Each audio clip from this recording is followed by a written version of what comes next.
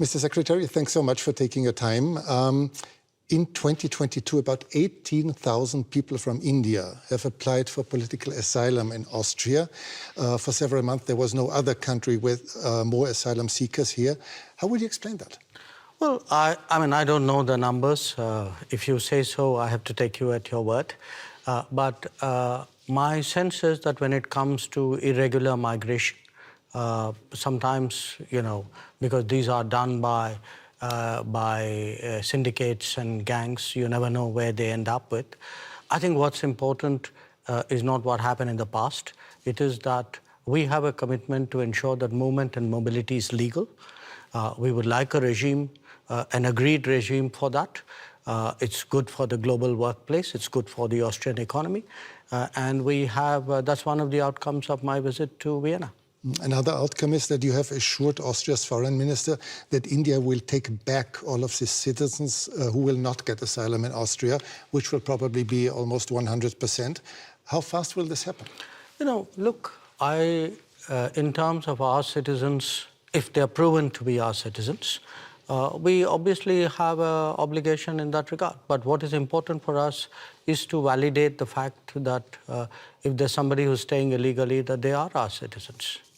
If there are citizens, usually we work it out between the governments concerned. I can't give you a time frame on it because it depends on what is the level of proof that is provided for us and what are the preparations on the Austrian side. So you did not agree on a time frame today? No, we didn't. Frankly, we didn't get into that kind of discussion. That is for the immigration people to decide. As foreign ministers, what we did was to work out an agreed mobility and movement regime.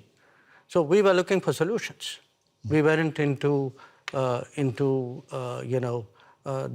details of returnees' problem. That there are other people whose jobs it is to do that. Let's talk about the war in Ukraine. As you are well aware, the whole world noticed that India, as a very influential country, has never publicly condemned Russia's assault and invasion into a neighboring country. Why is that so? Can you really be neutral in a war for which obviously one side bears all responsibility?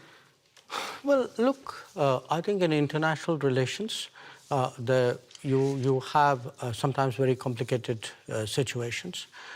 And where we are concerned, we have always taken the position that the way out is for the countries concerned to get back to dialogue and to diplomacy. I'll come to that soon, but is this a complicated situation? Is this really complicated? There's just one big country invading its neighbor. No, look, I can give you many instances of countries who have violated the sovereignty of another country.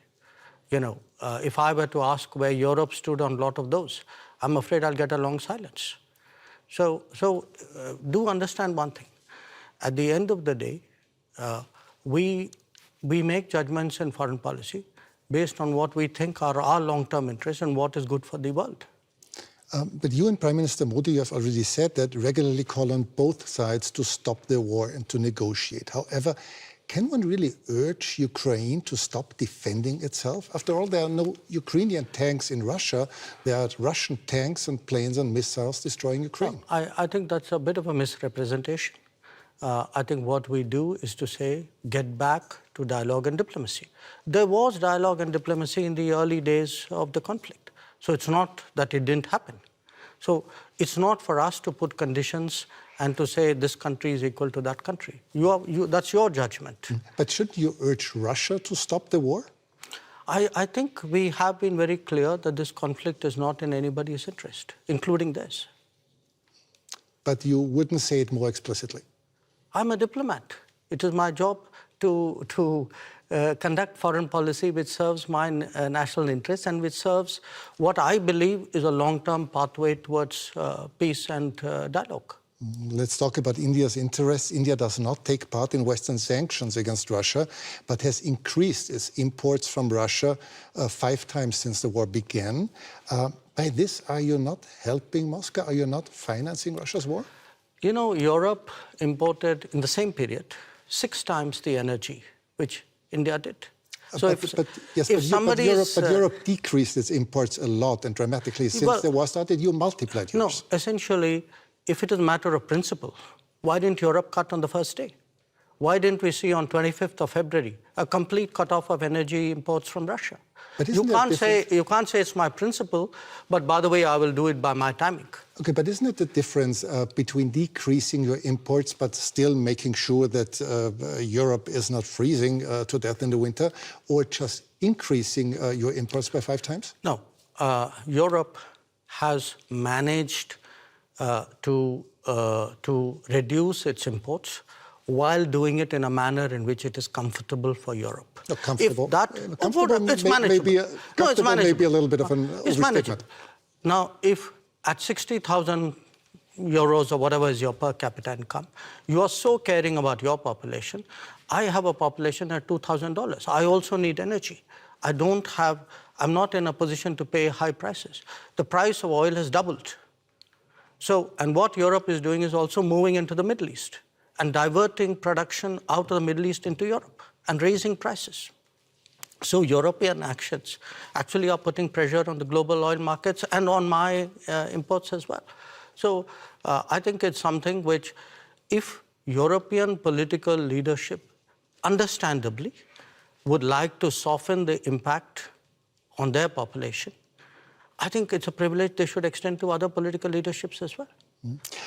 Are you reluctant toward Moscow as well, because Russia is India's most important supplier of weapons and military equipment? And therefore? Are you reluctant to criticize Moscow? No, I think, look, we have a relationship with Moscow. We've had a long-term relationship with Moscow. I think it's important to look at that history of the relationship. It was a relationship built in a period when Western democracies used to arm a military dictatorship called Pakistan and deny India defensive weapons. So if we are talking about principles, let's talk a little bit of history out here. So how did the Indian exposure to Russia and previously to Soviet Union get built up? Because the Western democracies, for whatever reason, decided that their natural partner in our part of the world was a military dictatorship. Would you consider India an ally of Russia? No, I think India doesn't. We are an independent country. We do not define ourselves or perceive ourselves in alliance terms. That's very much a Western terminology. It's not a term that we use.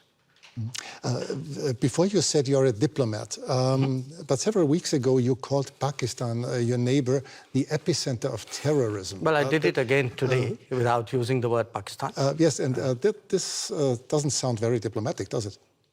No, because you are a diplomat doesn't mean you're untruthful. I could use much harsher words than epicenter.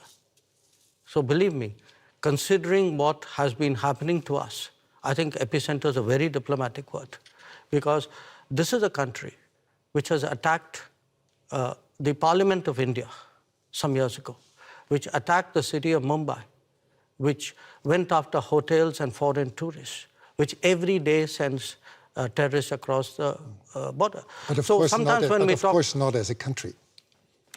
Well, if you control your sovereign space, which I believe they do, if the terrorist camps operate in broad daylight in cities with recruitment and financing, can you really tell me that the Pakistani state doesn't know what's going on?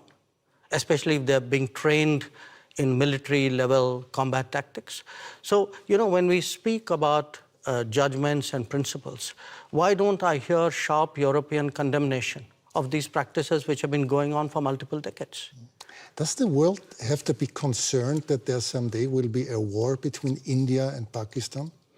I think the world has to be concerned that there is terrorism going on, and the world often looks away.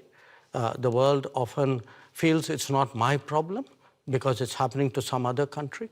I think the world needs to be concerned about how sincerely and strongly it takes up the challenge of terrorism. But has the world to be concerned about the future war between India and Pakistan? I think the world needs to be concerned about terrorism. That's what you said. Yeah, sure. Because look, if you pose it the way you do, that's like giving a free pass to terrorism, saying, let's worry about the next consequence of it. I am worried about the terrorism. Okay, let's change the subject. You frequently said that India has a very complicated relationship with your neighboring China. Many people around the world are quite concerned that China might, in the near future, intervene militarily in Taiwan. Do you share this concern?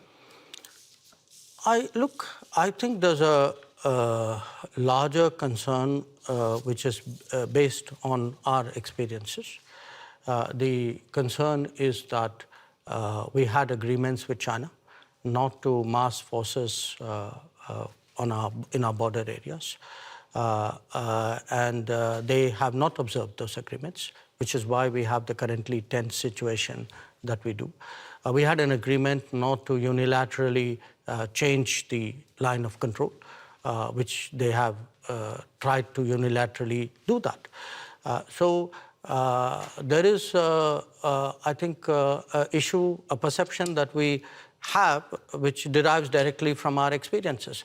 Now, where else the status quo may change or not change, I would hesitate as a foreign minister to predict publicly. I may have my own views and assessments. But I certainly can share my experience, and my experience is that written agreements were not observed, that we have seen levels of military pressure which in our view has no justification. China would say the opposite. They would say that India had not obeyed different agreements, but obviously you see it No, I otherwise. think it's difficult for China to say that for this reason. The record is very clear because today, there's a lot of transparency. You have satellite pictures. If you see who moved the forces to the border areas first, I think the record is very clear. So it's very difficult for China to say what you suggested they could. India will probably overtake China as the world's most populous country within this year. Is this fact of any political significance to India, or is it just a mere statistic? We'll know that when we reach there, won't we? Yeah, because we have never used numbers in that manner. Maybe other countries have. I would still say, to a large extent, it is a statistic, large extent, but you will have a situation where the world's most populous country is not among the permanent members of the Security Council. And what does it say about the state of the UN if that is the case? So it's a kind of both a yes and a no. It's partly a statistic, but I think it's a statistic which means a lot. For several years, you have called for a permanent seat on the Security Council, as have Brazil, as has Japan or Germany. How long will it take, from your point of view, till this reform of the Council will actually become reality? Well, ideally, we'd like it yesterday. Of course. But the problem, I think, is that those who are today enjoying the benefits of permanent membership clearly are not in a hurry to see reform. I think it's a very short-sighted view, in my opinion, because at the end of the day, the credibility of the UN and, frankly, their own interest and effectiveness is at stake. So my sense is it will take some time, hopefully not too much time. I can see a growing body of opinion among UN members who believe that there must be change. It's not just us. You have entire Africa, entire Latin America left out. Developing countries vastly underrepresented. I think the state of the world, this was an organization invented in 1945. It's 2023. And when you would have to guess for a year when this will happen, what would it be? No, I wouldn't guess, because I know the complexities of this process. It's a tough one. I'd be honest with you. It's a tough one, but I don't think because it's a tough one we should give up. On the contrary, I think because it's a tough one, we should actually up the ante, increase the feeling in wide parts of the world that this reform is absolutely essential. Thanks so much for your time. Well, thank you. It's a great pleasure.